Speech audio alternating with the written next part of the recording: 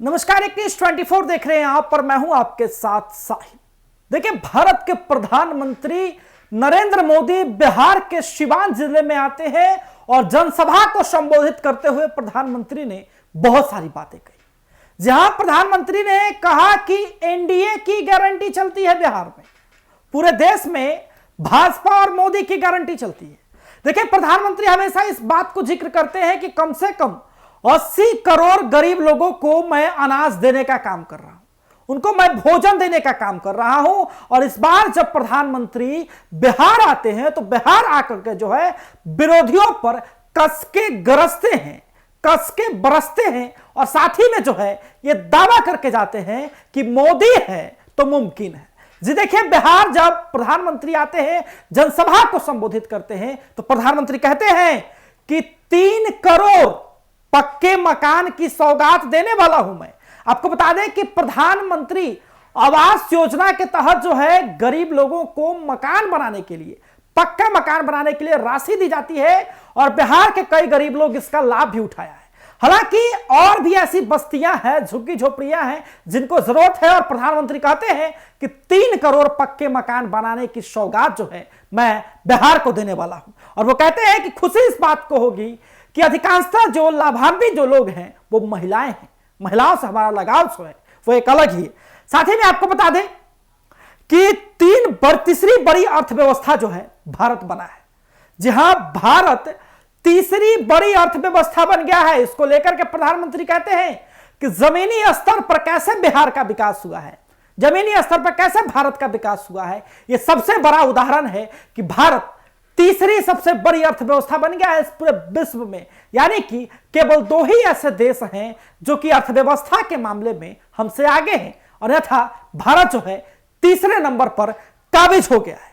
वहीं जो है प्रधानमंत्री राजद और कांग्रेस की तरफ भी इशारा करते हैं और कहते हैं कि ये लोग जो है निवेश विरोधी लोग हैं, ये लोग जो है जमीनी स्तर पर विकास के विरोधी लोग हैं, ये लोग जो है वो नौजवानों का भविष्य खराब करते हैं, ये लोग वो हैं जो कि रोजगार, कमाई, सिंचाई के बारे में नहीं सोचते हैं। देखिए, प्रधानमंत्री जी जो है भाजपा के तरफ से सबसे बड़े नेता हैं और देश के प्रधानमंत्री हैं, पॉलिटिकल आदमी है, तो विपक्ष पे तंज कसना तो बनता था। लेकिन राजद और कांग्रेस को लाइन से सुनाया और कहा कि पुराना जंगल राज बिहार नहीं चाहता है। इन लोगों की नजर जो है बिहार और भारत की पूंजी पर है। ये लोग संपत्ति पर काबिज होना चाहते हैं और चाहते हैं कि भारत और बिहार की अर्थव्यवस्था पर जो है इनका वर्चस्व हो, ये लोग जो है उसको लूट खाएं। आपको बता दें कि राजद और कांग्रेस का जिक्र करते हुए वो कहते हैं कि बिहार के नौजवानों का भविष्य अगर किसी ने गर्त में डाला है तो वो राजद और कांग्रेस है। अगर बिहार के वैसे लोग जो कि अंतिम पंक्ति में खड़े हैं, जो कि पिछड़े हैं, उन लोगों को अति पिछड़ा कह के अपमानित करने के छोड़ देने का काम अगर किसी ने किया है तो वो राजद कांग्रेस के लोग हैं। आपको बता दें कि आगे वो कहते हैं कि नौजवानों का भविष्य बेहतर करने के लिए एनडीए सरकार जो है आगे की तरफ सोच रही है, कई निवेशों के बारे में सोच रही है और मैं चाहता हूं कि बिहार जो है सुखी समृद्ध हो। बिहार भी जो है गुजरात मॉडल की तरह चले। बिहार जो है भारत के वो अन्य राज्य जो कि सुखी समृद्धि है उसी प्रकार से भी जो है बिहार का भी नाम आए। आपको बता दें कि इसको लेकर के वो कहते हैं कि बिहार में जो है, बिहार में रेल का व्यवस्था, जहां बिहार में रेलवे का संचालन व्यवस्था, बिहार में सड़कों की संचालन व्यवस्था, बिहार में जो है शिक्षा, कमाई, पढ़ाई, सिंचाई, किसानों, कई लोगों का जो है वो जिक्र करते हैं और कहते हैं कि इन सब चीजों में जो है बिहार बेहतर हो रहा है और बिहार में जमीनी स्तर पर जो काम हो रहा है वो काम जो है लोग उसको देख रहे हैं।